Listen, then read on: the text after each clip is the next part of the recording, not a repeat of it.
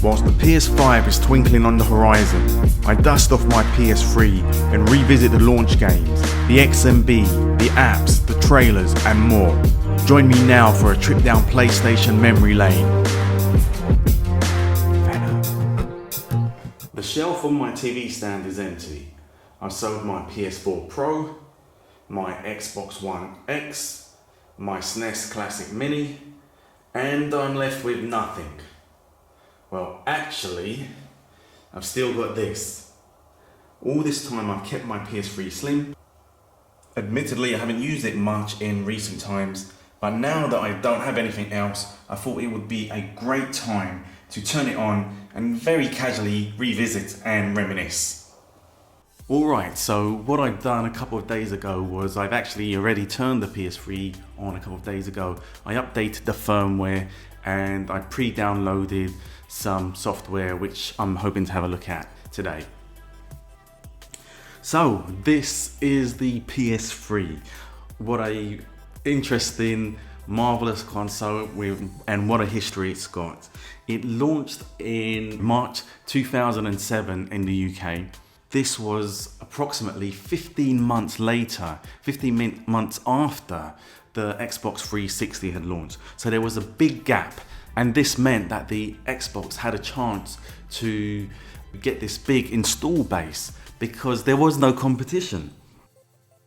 Okay, so this is the XMB, and as we can see here, these are a list of games that are installed digitally, downloaded, and one of the main things you can see that's different from the PS4 is that when you go onto a game, it will actually bring up a big image of it and play a preview piece of music like this.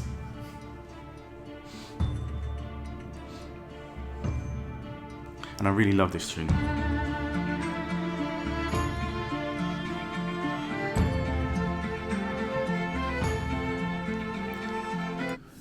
So you've got the PS3 here, and coming after the PS2, this was meant to be an all-purpose multimedia machine designed and created by the father of the PlayStation, Ken Kutaragi.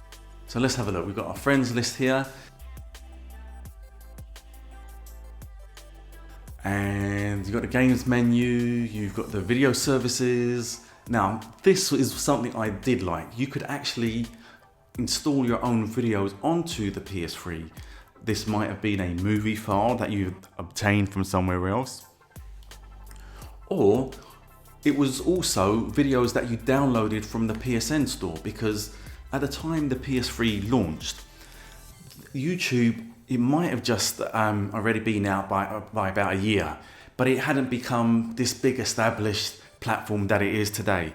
And so what Sony did, I bought the PS3 on launch day, and what Sony did was they uploaded all their advertisements and their trailers onto the store, and there wasn't that many games on the store, and there wasn't that many items. So I downloaded everything, and this is the first UK advert for the PS3.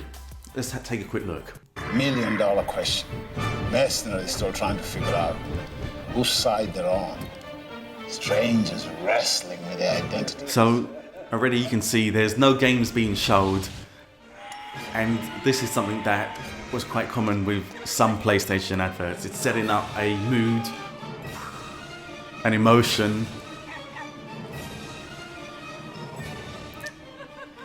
and it's very abstract. You don't really know what it's like. It's like a movie, in fact, supposedly. And yeah, I actually quite liked it. I liked it. But what I preferred, in fact, were the US PlayStation adverts, the Play Beyond adverts, the ones with the doll. The ones that people thought were quite scary and weird, but you know, I thought they were actually quite amazing. And then there was music as well. So what you could do is you could put a CD into the PS3, and then it would rip the tracks. It would rip the tracks so that you could have them there permanently to listen to. When you played a track, you'd have this beautiful screensaver in the background. Look at that. A space screensaver. And I actually really love looking at this. And actually I really love the music for Heavy Rain. Okay, so I'm switching screensaver. Maybe we'll get a different view from space. Okay. And now I'm looking at it.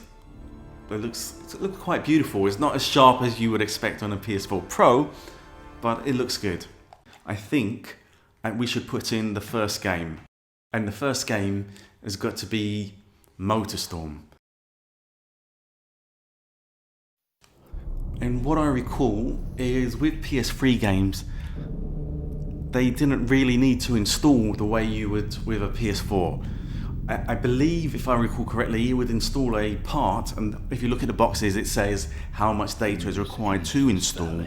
But the great benefit of the PS3 era is that you could literally put a game into the machine and just get playing. Born to rage against the silence of these ancient rocks. Look at this. Look at this. This is already bringing back the feels.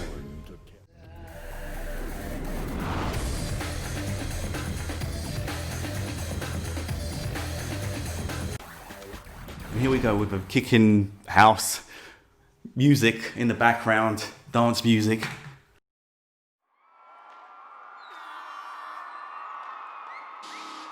And this is a theme with Sony. I mean, they cultivated that with Wipeout. And here they are, they're doing it again with this racing game. And it was a brand new franchise. People didn't really know what to expect. And it's something that personally, I thought was just fantastic, the feel of it. Oh right, yes, of course, 6-axis.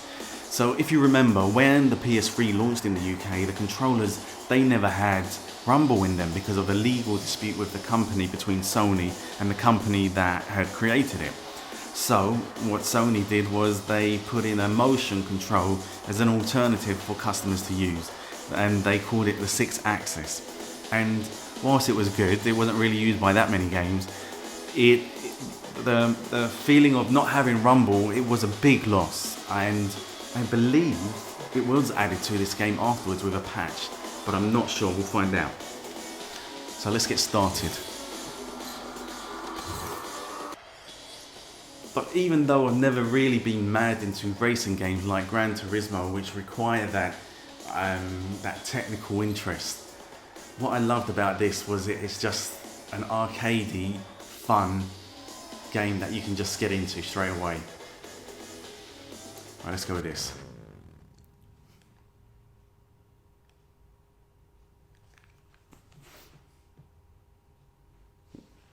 So, of course, this was designed by Evolution Studios, and they went on to make the sequels, MotorStorm Pacific Rift, and the third game, was it Apocalypse? Yeah, I think.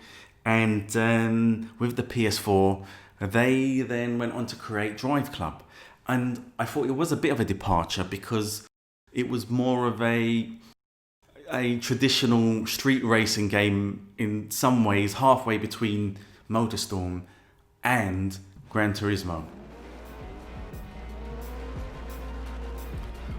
And whilst it was good and it was fun, it never quite had the fun of this. Look at this massive course, which is not even a course, it's a landscape. You're racing across. Let's go.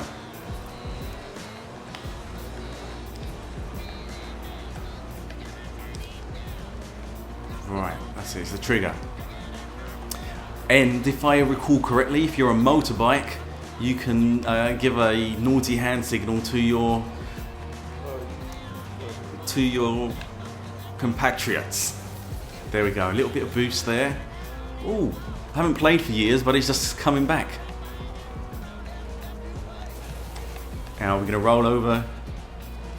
Ooh, that's all right. Look at this. I mean, it just feels great because it's this big, massive race course, which is not actually a man-made race course, but it's these outdoor valleys, caverns. Oh, look at this. Okay, we use a boost. The thing is, now I remember, if you use the boost for too long, you explode, don't you? So you put your finger in the boost, and when you jump, you remove it, because it's going to waste otherwise. Oh. And here we go. Let's see if we can do this jump. Oh, not quite, not quite. And there was something that you could pause it, if I recall. You could pause it and look at yourself crashing in slow motion. Alright, maybe not here.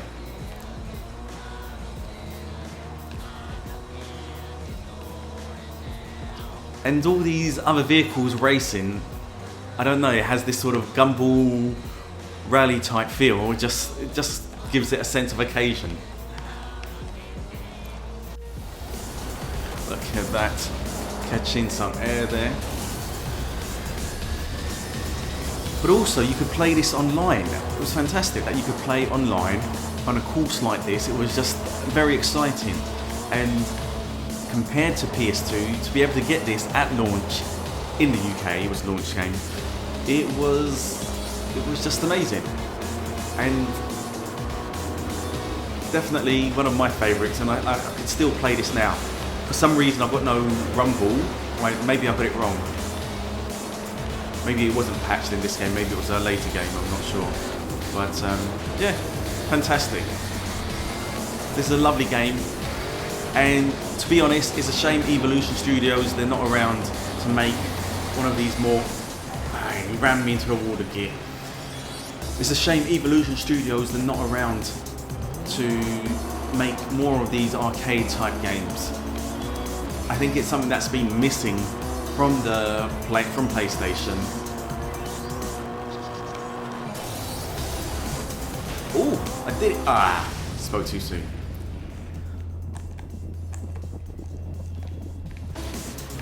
And there you go. That's MotorStorm, and I think, yeah, definitely one of the earliest games for the platform, and still, really, still one of the best.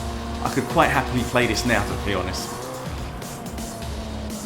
Right, next game.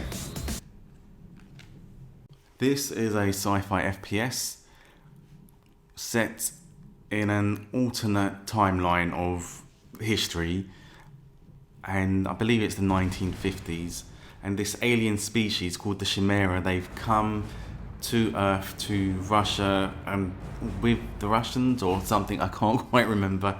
They have conquered most of Europe, and now they've come to the UK. And it was quite funny to see this, because there are a lot of locations in the game which are, you know, UK locations, northern locations, and normally most games you get, I just press the start button, normally most games you get, they would be set in New York or America, somewhere in the US. So to have a game, such a big game, and to be set in the UK, it just felt a bit weird, but, you know, also really good. So this isn't my first PS3. I did have a launch model, but this is one that I replaced it with. I regret changing it. Okay, Resistance, Fall of Man. Now let's go to continue game. Where was I? I can't remember playing this. I don't know when I would have played this.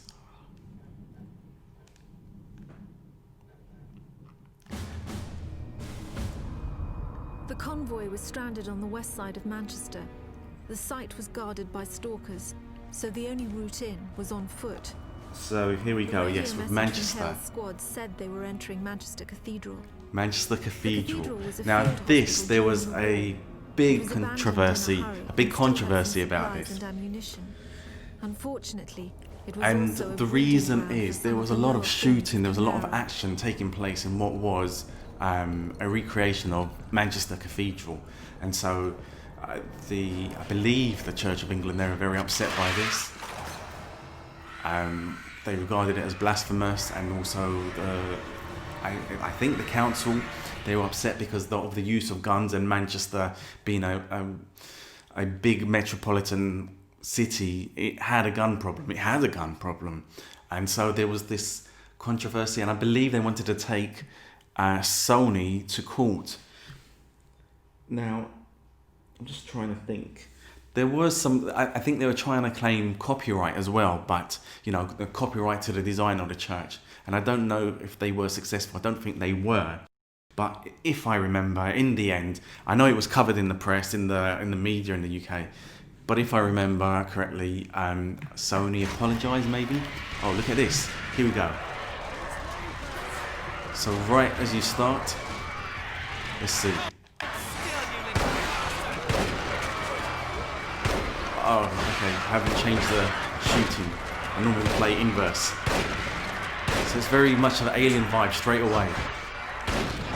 Whoa. Have I got any other weapons? Oh. That wasn't very good.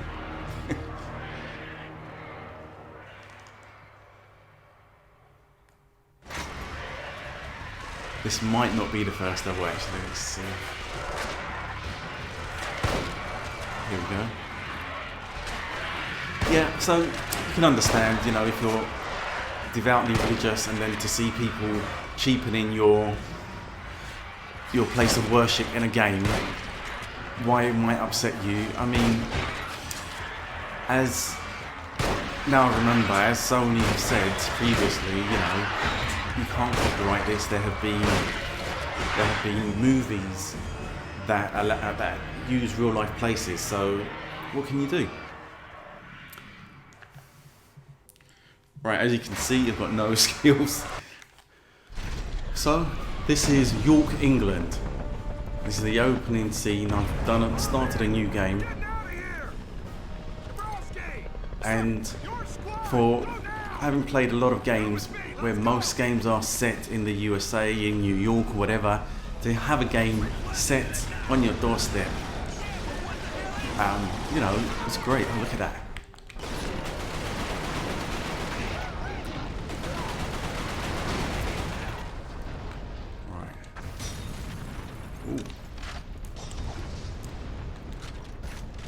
Let's reload. Let's jump.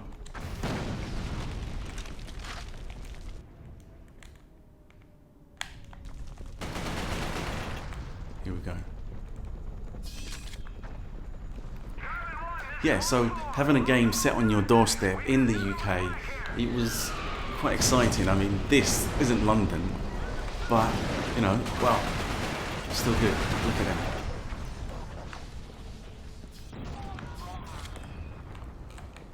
Alright.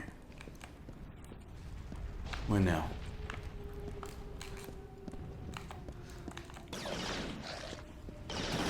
And when it was released, the game was compared with Gears of War, which was released at around the same time. And Gears of War was released for the Xbox, and this would have been a year into its lifespan, into its a year after release. So the makers, Epic, they had a good amount of time to make a really good, beautiful game. In fact, it was because of them that the Xbox 360's graphics memory was increased by Microsoft. So what happened was that was released, this was released, and there was a lot of comparisons, which is better. And because of that, the graphics of Gears of War, I mean, I can't remember it now, but they were, you know, quite beautiful in comparison. I mean, I think this is great. Anyway, it was a fun game.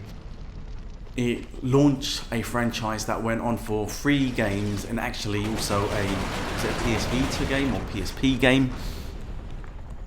Was that alive? Is he alive there? Right.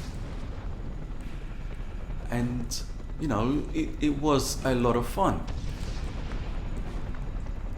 And Insomniac, of course, they went on to bigger things. And they, of course, created Ratchet and Clank and Spider-Man. And it's because of the success of that game, and I guess the reliability of making all these different games, that Sony decided to buy them. Look at this. So you can see the graphics. I mean, in comparison to PS2, this is a big upgrade. It's a big upgrade. And I think they're perfectly fine. But in comparison to PS4 graphics, of course, they don't have that sharpness. They're 720p, they don't have that detail. I don't say this as to be criticizing them, just as an observation of how much things changed. Come on, come on. Whoa, you're a tough guy. Get out, get out. How do you... Oh, that's a jump. That's the opposite of what I want to do. Oh, he's got one of those.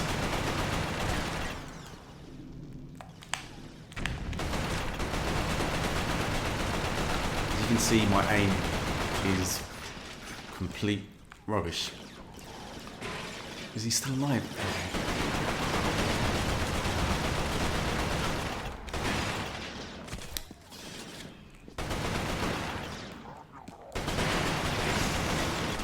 Oh, there you go. But you know what? This was actually fun on the day. I remember playing this because I got it in the morning. I went and collected my PS3 and my games from Game, the big retail chain in the UK, and it was a lot of fun. So yeah, you need something unique and also something new normally on launch day, something so that people know this is what the new console is about. And the fact that PS3 launched in the UK with these two games, these two exclusives, MotorStorm and Resistance, it was, you know, it was a way of defining the character of the console. Oh look, you can see a cathedral in the background. As you can see, the PlayStation Store takes a long time to load up. I'm sure that's more than a minute. But when it first launched on launch day in the UK, it looked very different. I've got some video footage of what it looked like, and there was not much on it at all. There was some trailers, there were some games, but not many, and it was literally the start of PlayStation Online, this little addition which would grow to become this big massive part of Sony and PlayStation's business. Let's go to view downloads. Now, there's Mickey Castle of Illusion. I bought that via a browser. I haven't played it yet, but I must try. So I'm just gonna shoot back in time. This is all the downloads I've made in time. From PSN, from trophies, from icons, from screensavers, from backgrounds, everything. Look at that. So this is showing what I bought and when. So I bought the PlayStation, I believe it was the 23rd of March, and we can see here 2 free downloads from that date. Tekken 5, Lemmings, the GT HD Concept, and a little while later Blast Factor. I bought Flow, which I loved, Lemmings, and of course Super Rubber Dub Dub, the full game, and we'll come into all of that. So, my God. So this is like a little time capsule of what I was looking at, what I was picking up, what I was buying. So Tekken, probably the first game that I downloaded on PS3. So let's boot it up and take a look. I had this big close association with PlayStation, with PS2. I mean, Tekken 2 was just this fantastic game. I loved it. The whole mythos of all these characters. Jin. What's he called? The Devil Fighter. Angel.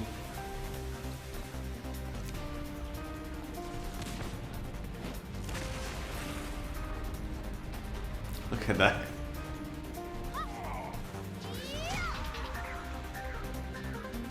And I know with not just this, with Street Fighter, with all fighting games, they have this magnificent backstory to them of all these characters and their histories and their interactions. And to be honest, I don't really follow them at all. Oh, here we go, yeah. So this looks pre-rendered. Tekken 5 Dark Resurrection. Let's go for it. Okay, alright, let's go for an arcade battle. Welcome to the kingdom. Oh, yes. Tournament 5.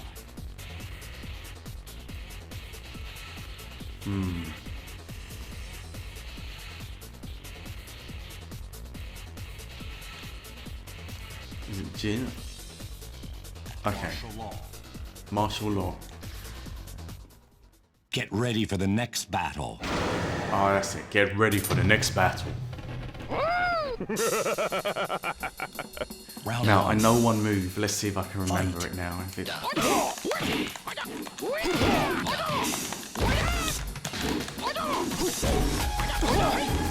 Yes, I remember it. I don't even know. Oh, that's it. So, you know, it was good to have something on a fight on launch day, fighting game. And I can't remember if I bought a second controller to play with mates at the time. But yeah, it was good to have this. You win. Oh, of course. Round 2. Right, Fight. he's gonna move forward. Oh, that's it. And back in the old days when I used to play with my mates and we'd have a games night, it would be this and various other things. We'd have these tournaments, tag tournaments. That's it. Beautiful. You win. Of course I win. Get ready for the next battle. Right. Ooh. Oh yes. And there were some Round 1. very tasty fighters. Oh yes. Right. Definitely. It's been fun. I'm just gonna win.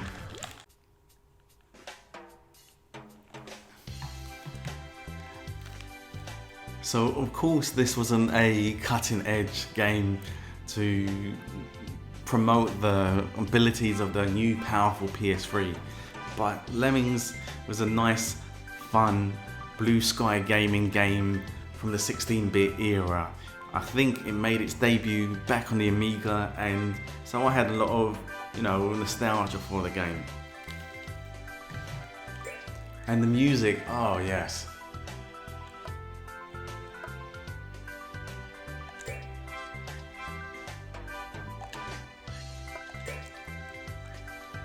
Alright, let's just have a quick little go.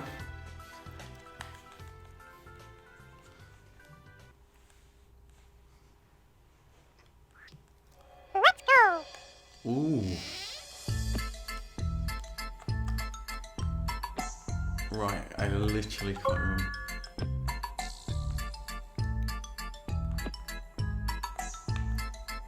Oh, will they not go up there? Right. So we need him to build. Very good. I really enjoyed this at the time. It's just, you know, one of those little games that you get into.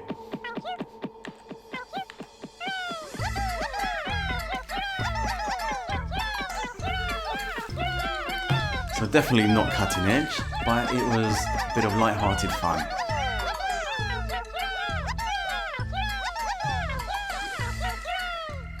Oh wow, somehow I did it. Still got those skills.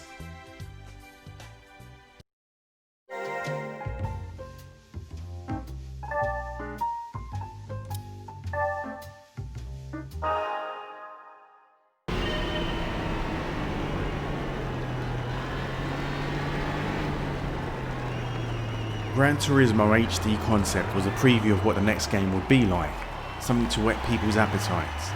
It was barely a level as you started with the car mid-race. The view from the Alps was pretty, but I didn't play it for too long.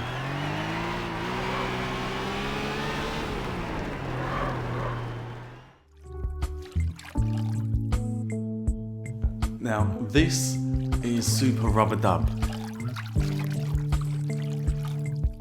Very nice, relaxing music. Sony Computer Entertainment Ski and Sumo Digital. So Sumo, they are the team who made Little Big Planet 3, and they are now making the new Sackboy, a big adventure game. And it actually looks really appealing to me. It's something I think I'm going to pick up on launch day.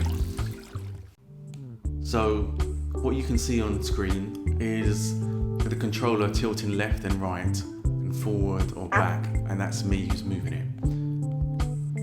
Ooh. Ooh. As you can see, you've got no sensitivity. Very good.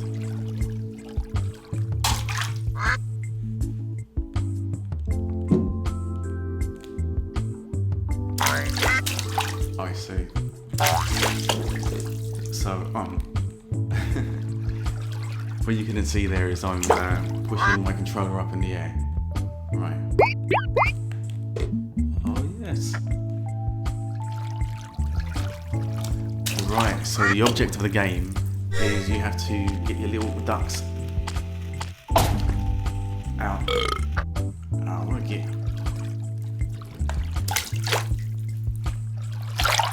Let's go. I mean, I can't remember if I completed this or not, but here we go, picking up all my little duckies. No, don't want to leave.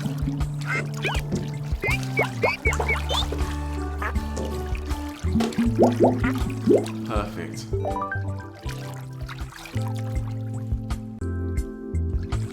Now this is something I remember. I bought this game, but you have to download the special license so that the game recognises you have bought it and you're not just playing a demo. So going back to this system from the PS4, it seems a bit archaic and unnecessary, and I'm glad they've changed things.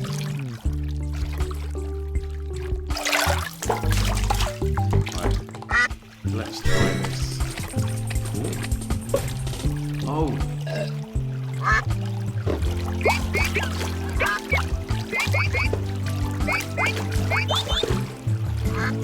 So that's the launch lineup there.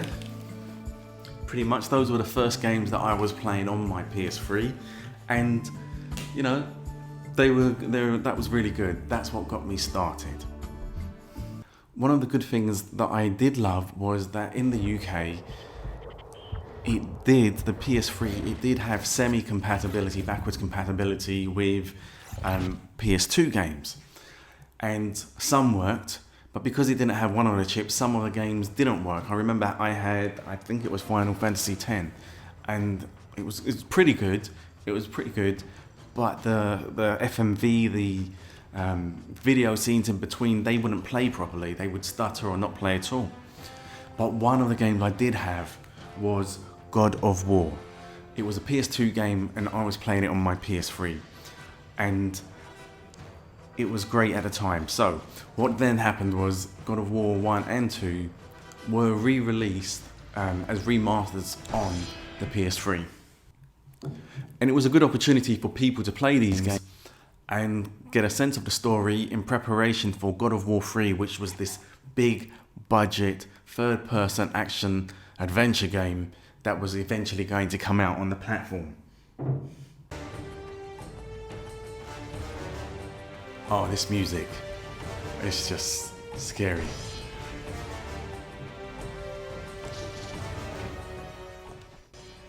Oh, have I got old games?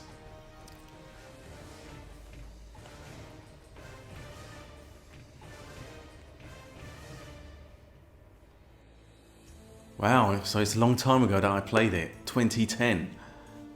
2010. My God, it's funny that there's a record here showing that the last time I played this was 10 years and 10 months.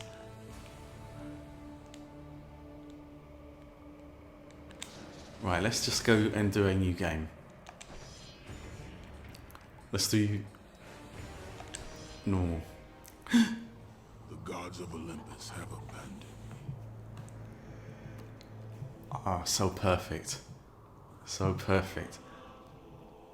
I mean, these are PS2 graphics made HD. But the creator, David Jaffe, Now there is no hope. he just made this, And Kratos cast himself from the highest mountain in all of told this beautiful story. Look at this. I will send you back to the depths of Hades! And the voice actor, that power, that anger. Look at that. So of course it's dated now, but it's just the audacity of some of the level designs. They weren't just little 2D little levels. They had these big, beautiful action sets that you would see, that you could imagine were in a movie. Clearly partly inspired by the Clash of the Titans. But this, it took the Greek mythos and it made it into so much more.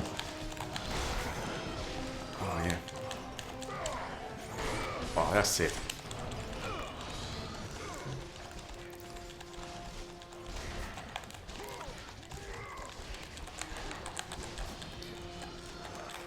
Now, oh, what's coming out now? There's a bit of FMV.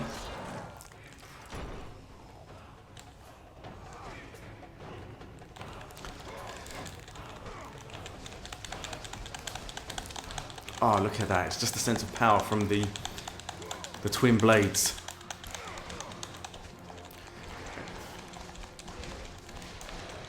It's funny to see him now after the new God of War.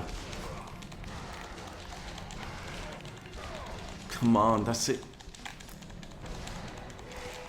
That's it. It's a bit of button mashing.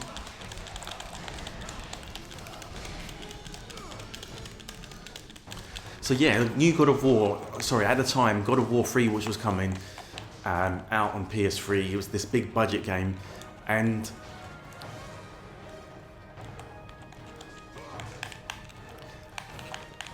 God of War 3, all the journalists, they were a bit snotty-nosed about it.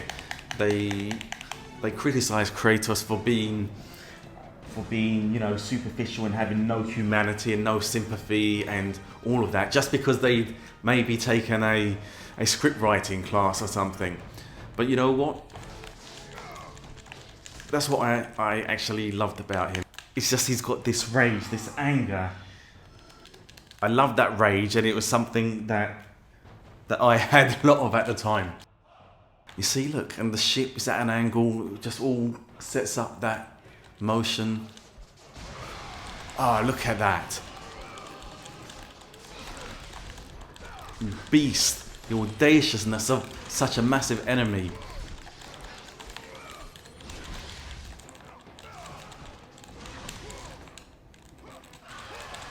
Ooh.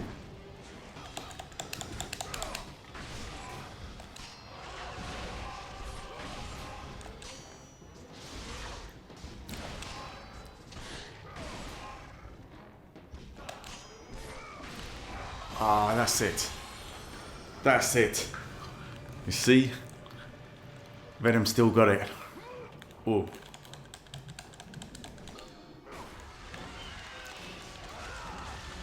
Look at that.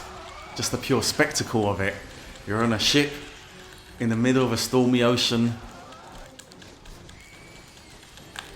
And then you've got these two dragon gorgons fighting, looking on, and all this.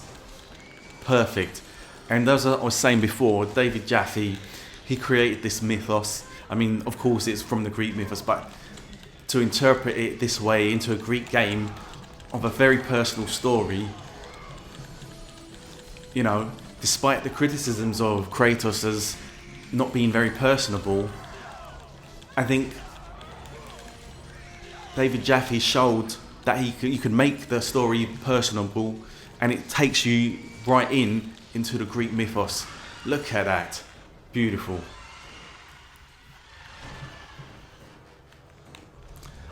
Straight into the action, and it's like this with this game and with God of War 2.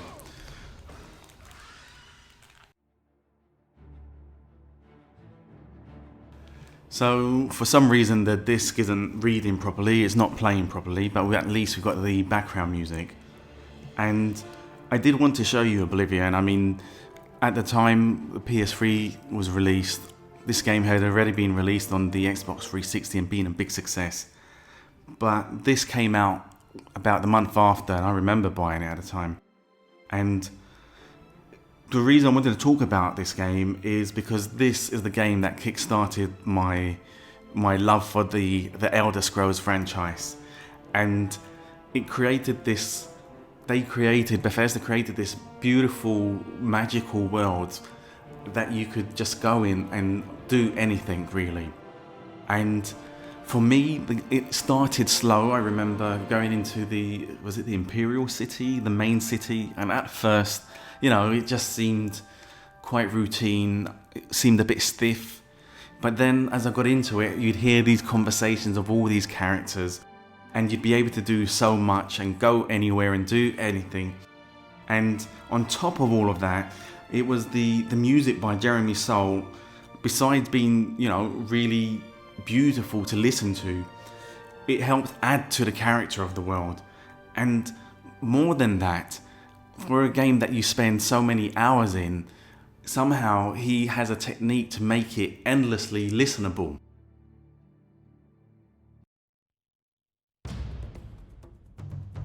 Now this is a game that's very special to me, and it captured my attention from the music at the beginning.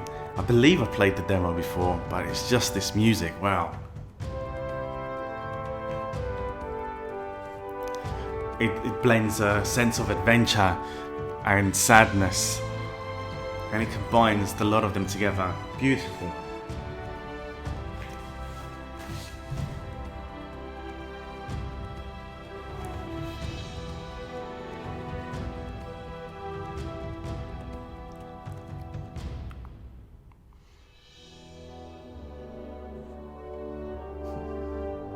I love that piece of music. Beautiful.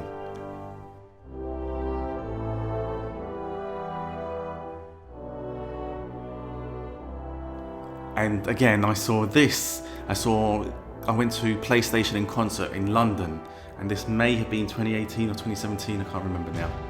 And this was the finale, and to hear it played at the London Philharmonic Orchestra, it was just amazing.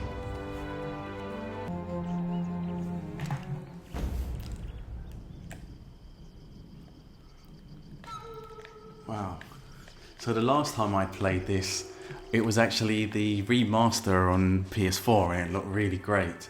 And now we've got news that the game will look even better on PS5, so I might well give it another try on that. And I mean, when Uncharted came out, there wasn't that much hype about it. It was a brand new franchise from Naughty Dog, the people who had made Jak and Dexter. And so yeah, there wasn't that much hype, but I'd played the demo. I really enjoyed the demo. It had showed us this character, Nathan Drake and Elena and Sully, and look at that. Beautiful. So the demo showed us all these characters, and I just thought it would be something really interesting, I'm a big fan of Indiana Jones. And when it was released near the end of the year, I just wrapped it up for myself, along with Mass Effect on the Xbox 360, and I saved them both for myself to open on Christmas Day. And yeah, so come Christmas Day, You have to be kidding. I opened this up, and it was the start of a magnificent adventure, a magnificent relationship with this cast of characters, these lively, funny characters that just the odd comment here or there and it draws you into the story. I mean, look, this is a platformer. That's what it is, it's a platformer. You're running across like this, it's just a bit new age. Eyes ahead, don't look down. Okay. Oh God. Yeah, and you get a rhythm for the game. It's gonna happen again. Whoa. Fantastic. And this game, the first of the lot, it doesn't get much love in comparison to some of the other games. And part of that is that it's criticised for the supernatural elements, which kind of echoes Indiana Jones or Raiders of the Lost Ark. But, you know, I think it fits in perfectly with the story, and just the whole story, in fact, where it starts and where it takes you, and the enemies you fight and where you go. I love it. This is absolutely one of my most favourite games of all time.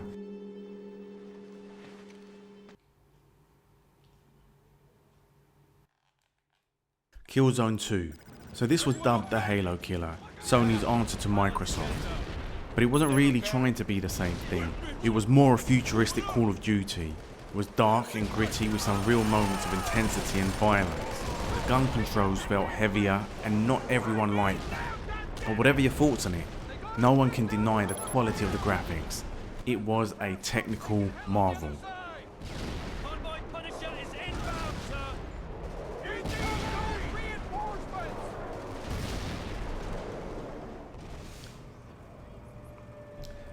So this is Infamous by Sucker Punch Games, a Sony-owned studio. They created Sly Cooper.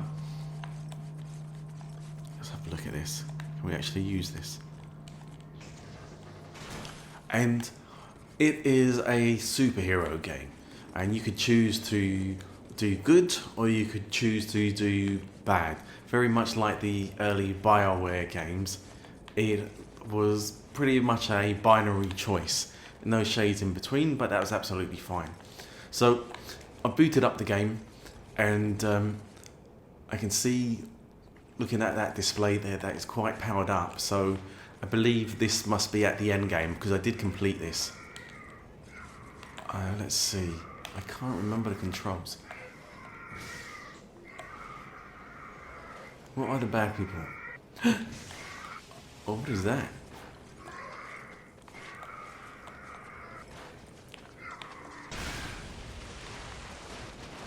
Just blew himself up. Right. Now, one of the aspects I did like was that you could just see a civilian just walking down the street, minding their own business, and they think you're the hero, and that's nice. And then you can electrify them. Oh, it's beautiful.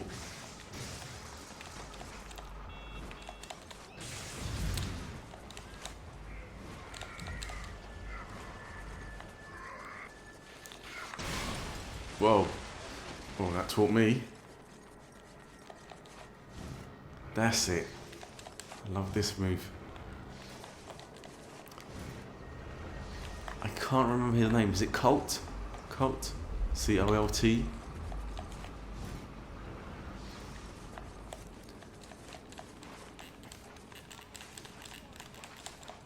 So it's a little bit Spider-Man-ish here. See? But this was a brand new franchise, and Sony, they decided to allow Sucker Punch to try something new, and they did, and it worked out. It was a hit, and they went on to make Infamous 2, and then of course there was the version for PS4, Infamous Second Son and First Light.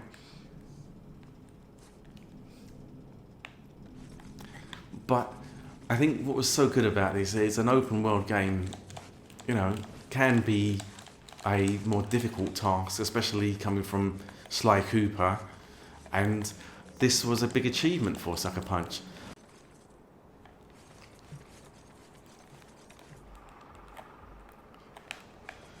So Sucker Punch, they created this game, they created this franchise, and it was a success, and the sequels were a success, and Sony could have mandated that they become an Infamous studio, that they only create Infamous games.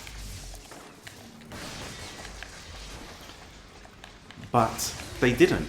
They allowed them to try something new, and I guess if you're a creator, if you're a developer, you want to try different stuff.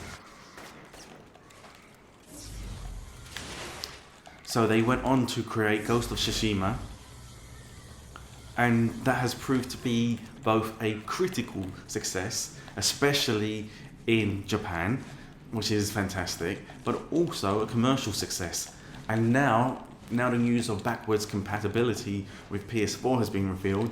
it turns out that the game is also going to be getting an upgrade for PS5 owners. So that's pretty good.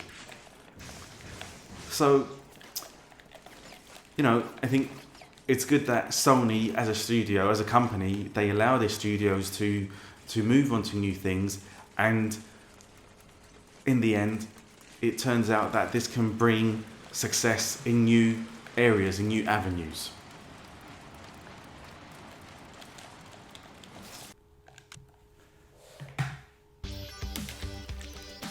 So this is SingStar for PS3, the freemium version.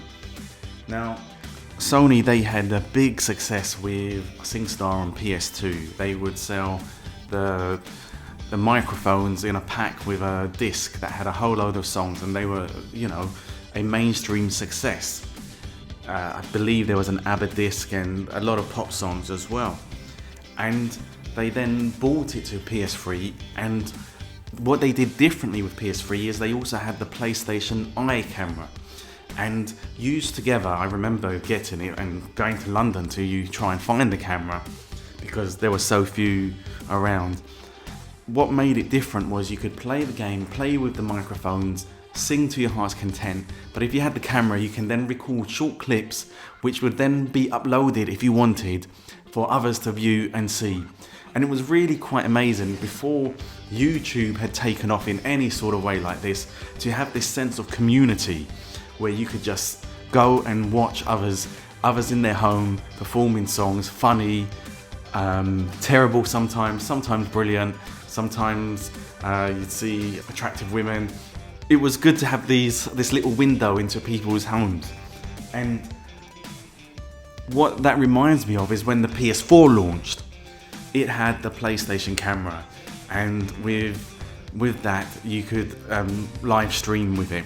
And so again, with that, you had a more intimate way of seeing people in their homes. You didn't need the SingStar game. Yeah, I think this is one of my fond memories of the PS3, is that it had this camera that you could play these games. So this is Heavy Rain, a game by French studio Quantic Dreams. And they have some history making narrative-led games with a series called Fahrenheit, which I haven't played. And so in partnership with Sony, they worked on making this game, which was essentially a second-party game, an exclusive for PlayStation at the time. And, you know, before it was released, there was, you know, a lot of information released about it. The guy who owns the company, he talked a little bit about it.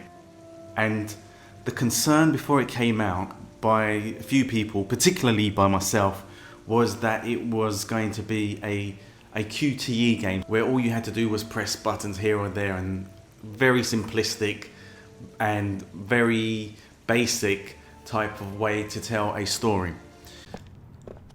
However, the game turned out to be more than the sum of its parts. It told a very involving story where there were some moments of real menace, and it really draws you in. It really drew me in. And at the time, the ingenious way it used the controller as a different way to use the controller, and it made it seem more immersive.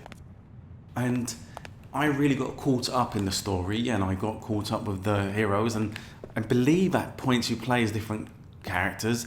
There was one point where I was playing as a woman, and she's at home, and then there is a predator on the loose, and it's so tense.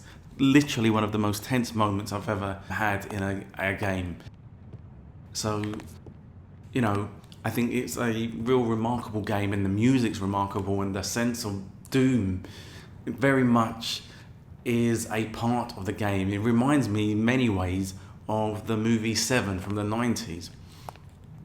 I don't know if you've seen that, but yeah, this game has been a big success and is a personal favourite, and I do hope to replay it again, the PS4 remaster. So when Little Big Planet was first revealed at a PlayStation event, it was also revealed with PlayStation Home, but this game got a lot of press and a lot of excitement because of Sackboy, really, and this very cute character and this very unique game that was made to be like a craft background. It's fantastic.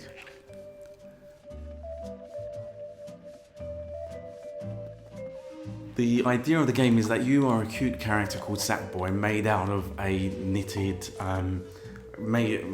together, and the environments you come across are made from craft pieces. So it very much echoed also the theme of the game, which is play, create, and share. Ooh. And it was meant to be very much a community-driven game.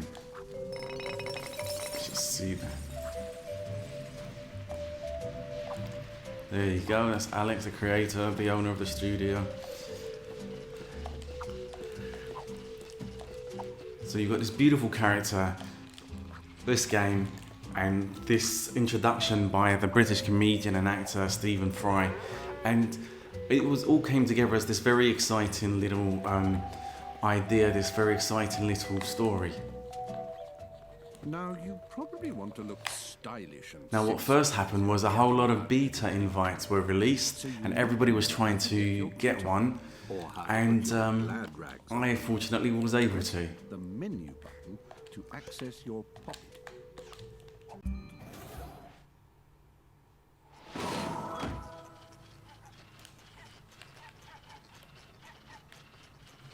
So here we are on the first level, and this was the level that was in the demo, the beta. And it has the fantastic music, the gardens, and this I also heard being played live by an orchestra at the PlayStation Live event in London, and it was beautiful. And if you want to hear it and see it, you can just look on my channel. I've got a video, I might link it. But what a fantastic game, because the whole setting of it is like the whole environment has been made out of crafts. So it's very much like a children's TV or a children's environment. So there's a real sense of innocence about it and ingeniousness with all these little creatures that have been made. So let's go up to this one. And as you can hear, this beautiful song, this is the gardens. And what is so great about Little Big Planet, is that it uses all these different varied songs. They're, you know, world songs, world music, and it gives it a very unique character. And all these unique songs, they still have a emotion that is fitting for the game.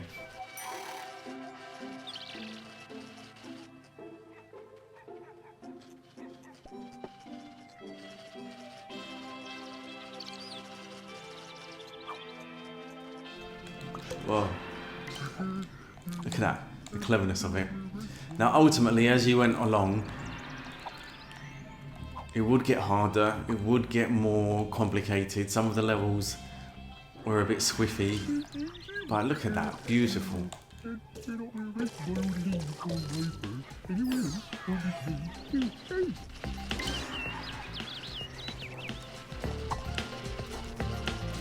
Great music, I love it.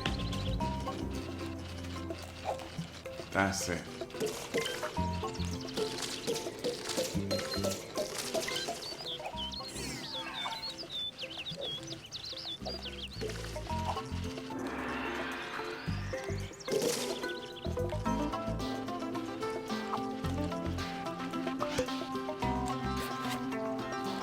Let's go with Kratos.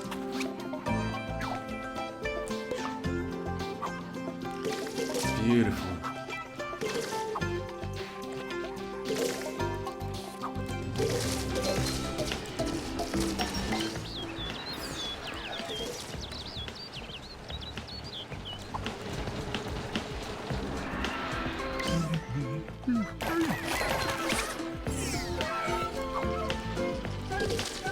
Oh, fantastic. Blue Sky Gaming. Love it. I love it. I love it. So, the early half of the generation, it was very difficult being a PS3 owner because there didn't seem to be as much content, and there was a narrative that it was not working as well as the Xbox 360.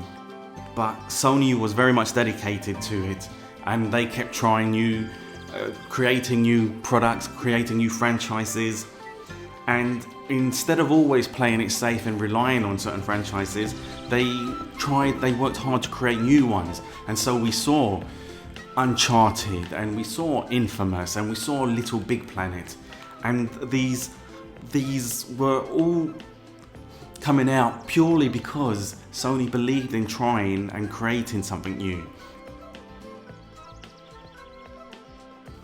And obviously this didn't always work.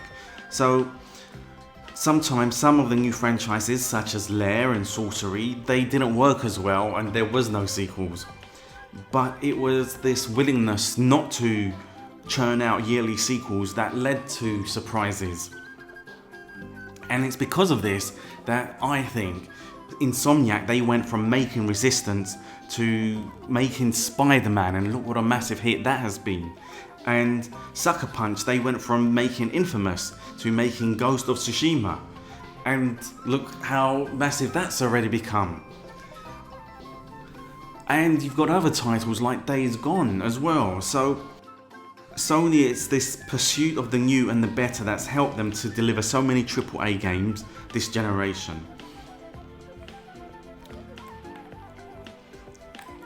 And they've gone on to push gaming forward with cloud computing and PSVR. And of course Sony is a business to create revenue, but you know, the people behind it all care about gaming and where it can take us. So, thank you for joining me. I'm going to say goodbye here.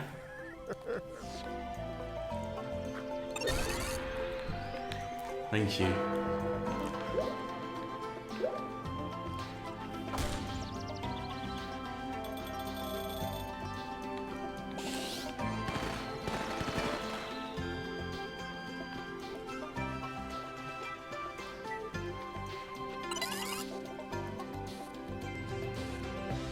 If you enjoyed this video, hit the like button and press subscribe for more content I know you will love.